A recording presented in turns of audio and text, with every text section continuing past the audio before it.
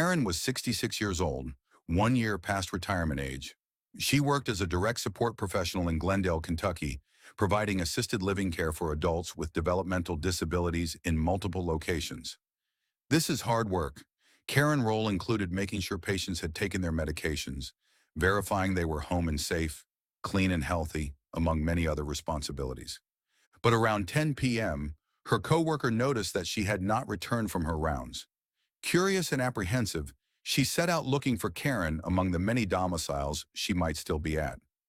Perhaps there was some sort of mess that Karen was taking care of, and this was why she wasn't back yet.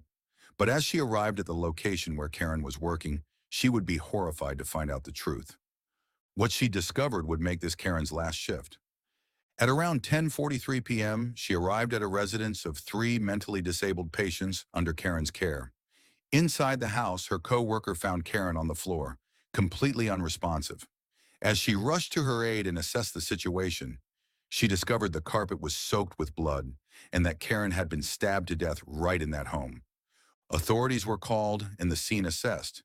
There was not enough evidence to determine what happened with any degree of certainty, but authorities believe the fatal injuries were inflicted by one of the 3 residents under Karen's care. If so, the exact events leading up to her death are still unclear. Whether there were signs of escalating behavior, whether Karen was alone in the room, whether she had access to a distress call system, we may never know.